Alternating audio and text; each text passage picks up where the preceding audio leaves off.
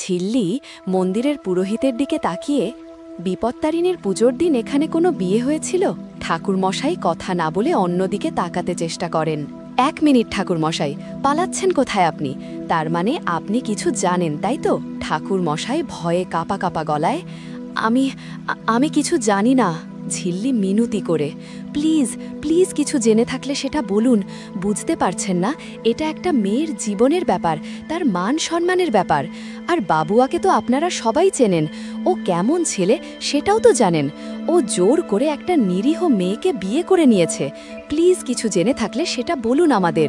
ঋষিরাজ উপস্থিত গ্রামবাসীদের দিকে তাকিয়ে, আর আপনারা চুপ করে আছেন কেন? আপনাদের মুখ দেখে মনে হচ্ছে আপনারা কিছু জানেন, কিছু বলছেন না কেন কেউ? ঋষিরাজের কথায় উপস্থিত মহিলারা ভরে একে অপরের দিকে তাকাতে থাকে।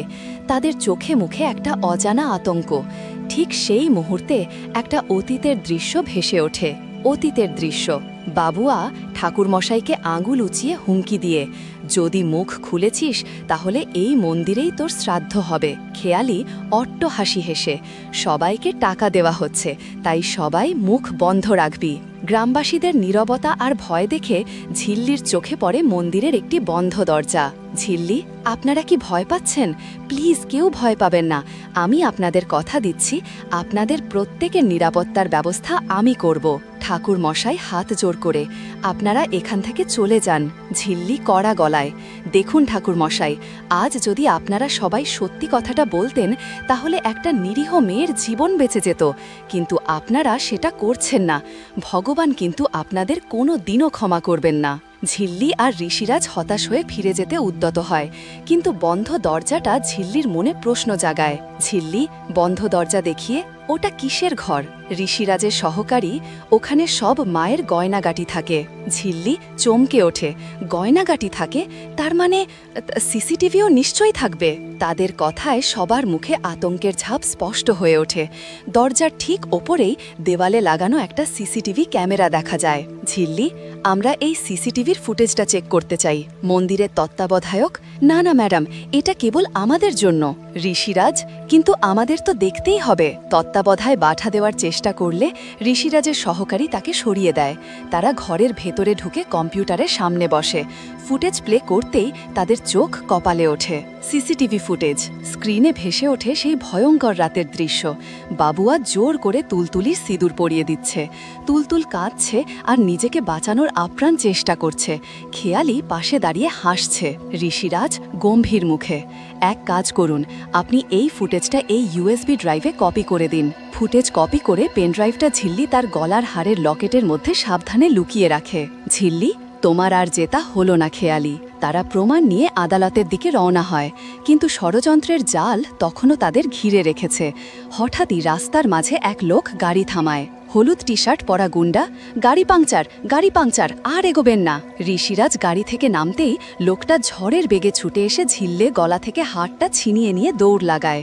ঝিল্লি, কি মিস্টার সিংহরায়?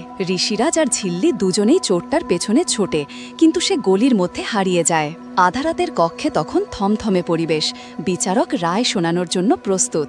বিচারক, লাঞ্চ ব্রেকের পর অনেকটা সময় পার হয়ে গেল। ঋষিরাজ সিংহরায় এবং ঝিল্লি চৌধুরী এখনও প্রমাণ নিয়ে আসেননি। তুলতুল বসু আর বাবুয়া সরকারের এই কেসটা এখন দাঁড়িয়ে আছে শুধুমাত্র প্রমাণের ওপর ভিত্তি করে। খেয়ালির আইনজীবী, ইয়র অনার, তাহলে আমরা আর কিসের জন্য অপেক্ষা করছি?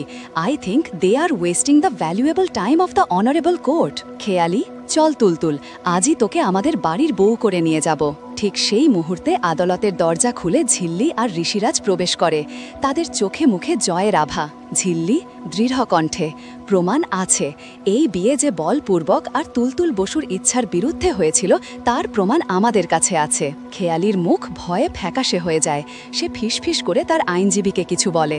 ঝিল্লি, যদিও তারা চেষ্টা করেছিল আমাদের কাছ থেকে সেই প্রমাণটা চুরি করে নেওয়ার, এবং তারা সেটা করেওছে। আমার গলার হারে সেই পেনড্রাইভটা ছিল এবং সেই পেনড্রাইভ ড্রাইভটা তারা চুরিও করেছে। তবে সেই চোর এবং চোরের দলের রানী এইটা জানেন না যে পেন ড্রাইভ ছাড়াও আমি এবং আমার স্বামী মিস্টার সিংহরায়ের ফোনে সেই ফুটেজটার ব্যাকআপ নেওয়া আছে। ঝিল্লির কথায় আদালতে উপস্থিত সবাই চমকে ওঠে। খেয়ালির চোখে মুখে তখন চরম আতঙ্ক। ঝিল্লি বিচারকের দিকে তাকিয়ে, কারণ সাবধানের মার নেই এই কথাটা ভেবেই আমরা এই কাজটা করেছিলাম, আর আমি এই ফুটেজটা একটা বড় স্ক্রিনে দেখাতে চাই। বিচারকের অনুমতিতে আদালতের বড় স্ক্রিনে সেই রাতের ভয়ঙ্কর ফুটেজ চলতে শুরু করে। বাবুয়ার পাশবিক অত্যাচার আর খেয়ালির কুৎসিত হাসির দৃশ্য দেখে তুলতুল কান্নায় ভেঙে পড়ে। খেয়ালি আর বাবুয়ার মুখের রং বদলে যায়।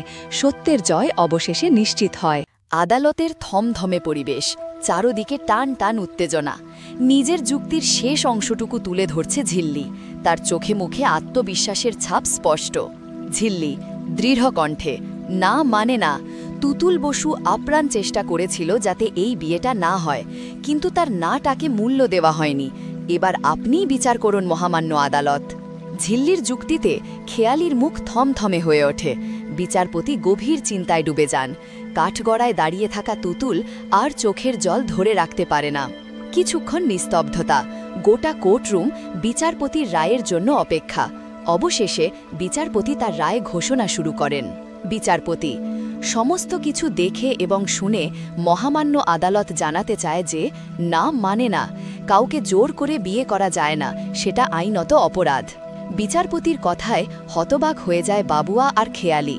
বিচারপতি, তাই এই আদালত ঝিল্লি চৌধুরীকে খুনের চেষ্টা ও পরিকল্পনা এবং তুতুল বসু রায়কে বলপূর্বক বিবাহ ও অত্যাচারের অভিযোগে বাবুয়া সরকারকে হাজতবাসের শাস্তি দিচ্ছে। রায়ের আকস্মিকতায় হতবম্ব হয়ে যায় খলনায়কের দল। অন্যদিকে তুতুল আর তার পরিবার যেন বিশ্বাসই করতে পারছে না। তাদের চোখে মুখে ফুটে ওঠে অবিশ্বাসী আনন্দ। বিচারপতি, এবং তুতুল বসু রায়ের এই বিয়েকে অবৈধ ঘোষণা করছে। আজ থেকে তুতুল বসু রায় মুক্ত। সত্যের জয়ের আনন্দে তুতুল এবং তার পিসি একে অপরকে জড়িয়ে ধরে কাঁদে। ঝিল্লির মুখে ফুটে ওঠে এক শান্ত অথচ বিজয়ের হাসি। পুলিশ খেয়ালি এবং বাবুয়াকে নিয়ে আদালতের বাইরে চলে যায়। আদালতের বাইরে এসে ঝিল্লি মুখোমুখি হয় পরাজিত খেয়ালির। ঝিল্লি ঠান্ডা গলায়, কি বলেছিলাম খেয়ালি, আগুন নিয়ে খেলতে যেও না, তাতে নিজেকেই জ্বলতে হয়, আর তুমি সেটাই করলে। ঝিল্লি চৌধুরী যেটা বলে না সেটা করেই ছাড়ে। তোমার সাথে তেঁতুল পাতার সব সম্পর্ক ছিন্ন হয়ে গেল। এবার থেকে তোমার ওই বাড়িতে ঢোকার আর কোনো উপায় থাকল না। খেয়ালি রাগে অপমানে গজরাতে থাকে। তার চোখ দুটো যেন আগুন ঝরাচ্ছে। বাড়িতে ফিরে আসতেই সবাই আনন্দে ফেটে পড়ে। ঋষি, সিরিয়াল পিসি, অঞ্জু, মেজো সবাই মিলে ঝিল্লি আর তুতুলকে ঘিরে ধরে। সিরিয়াল পিসি চোখের জল মুছতে মুছতে, সিরিয়াল পিসি তুমি এমন করে কেন বলছো? আমি একা কি করলাম? আমরা সবাই মিলে একসাথে ঝাঁপিয়ে পড়েছিলাম। তুমি মা হিসাবে যেটা করেছো তার কোনো তুলনা হয় না সিরিয়াল পিসি। সিরিয়াল পিসি গর্বের সাথে, যেখানে এরকম একটা ঘটনা ঘটলে বাকি আর 5টা মা নিজেদের বাড়ির সম্মানের ভয়ে সেই মেয়েকে বাড়ি থেকে তাড়িয়ে দেয়, ওরকম খারাপ লোকের সাথে থাকতে বাধ্য করে, সেখানে তুমি শুধুমাত্র নিজের মেয়ের কথা ভেবেছ, তুতুলের কথা ছাড়া আর কিচ্ছু ভাবনি তুমি। ঝিল্লি তুতুলের দিকে তাকিয়ে, তাই আমি তো মনে করি তুতুল ভীষণ লাকি যে তোমার মতো একজন মা পেয়েছে। অন্যদিকে পুলিশ স্টেশনের এক অন্ধকার ঘরে বসে আছে পাপাস, বাবুয়া আর খেয়ালি। তাদের চোখে প্রতিশোধের আগুন। পাপাস রাগী গলায়, আমি আর পারছি না পাপাস। খেয়ালি, তুমি আর ব্রাদার্স দুজনেই এইভাবে লকআপের ভেতরে, আর আমি একা বাইরে। ইচ্ছে করছে ওই ঝিল্লিটাকে একদম শেষ করে দিই। ওর বাড়াবাড়ি আমি আর সহ্য করতে পারছি না। পাপাস চাপা স্বরে, না বেবি, তোমরা দুজনে বড্ড বেশি মাথা গরম করে ফেলছ। একটা ভয়ঙ্কর কুচক্র করতে হবে। তুমি তেঁতুল পাতার পুরো জল দূষিত করে দাও। সবাই এসে যেন ঝিল্লির গর্দান চেপে ধরে। পুরো গ্রামের লোক এসে যেন প্রধানকে ছি ছি করে। বাবুয়া, কিন্তু সেটা কি করে সম্ভব বাবা? খেয়ালি গম্ভীর মুখে, 1 মিনিট পাপাস, এটা করলে হয় না। হঠাৎই ঘরের দরজা খুলে সজোরে প্রবেশ করে ঋষি। তার চোখে মুখে প্রচণ্ড রাগ। ঋষি, 5 মিনিটের বেশি হয়ে গেছে। পুলিশ অফিসার, স্যার, উনি আমাদের কোনো কথা শুনছেন না। শোনেন না? দাঁড়ান, দেখাচ্ছি মজা। একটা কাজ করি, তোমাদের 3 জনকেই লকআপে পুরে দিই, সেখানে ভালো করে আলোচনা করতে পারবে।